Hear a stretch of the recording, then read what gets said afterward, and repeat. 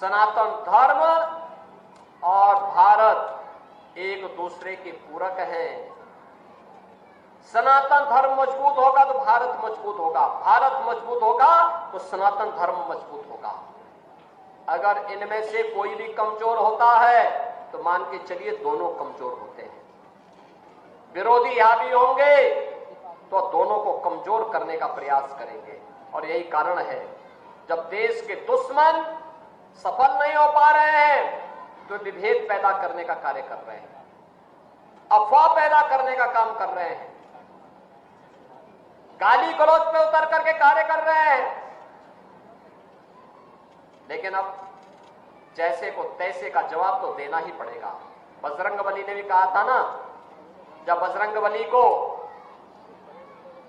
अशोक वाटिका में फल खाने के लिए गए, रावण के राक्षस उन्हें मारने लग गए तो उन्होंने भी 2-4 को पटक दिया, उसमें से 1-2 मर भी गए।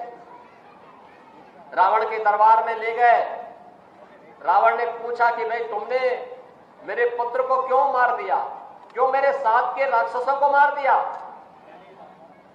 तो हनुमान जी ने भी कहा, जे में मारे जो मुझे मारे ते में मारे, यानी जिसने मुझे मारा है मैंने उसको मारा है। वो बेवजह मैं फल खा रहा था, अरे फल तो प्रकृति के द्वारा दिया गया, मैं उसको खा रहा था, भूख लगी थी, वो मुझे मारने लग गए, पत्थर मारने लग गए, तो जो पत्थर मारते थे मैंने भी उसको मार दिया। परिणाम क्या हुआ? वही मर गए, मैं जीवित हूं, आपके सामने हूं। अब अगर आप भी कुछ करना चाहेंगे तो इसके बाद आगे भी होगा। तो रावण ने कहा कि मैं इसको पूंछ पे आग लगा दूं।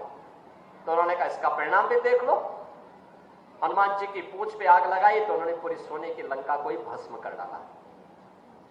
बहनों और भाइयों, बजरंगबली बलिए बजरंगबली। आदर्श राष्ट्रभक्त भी, जो राम भक्त होगा वही राष्ट्रभक्त भी बन सकता है और दुश्मन को दुश्मन की भाषा में जवाब भी दे सके। जो देश का दुश्मन है वो हमारा मित्र नहीं हो सकता, कभी नहीं हो सकता। देश का दुश्मन हम सबका दुश्मन है और यह संकल्प हम सबका दीपावली के पर्व पे होना चाहिए।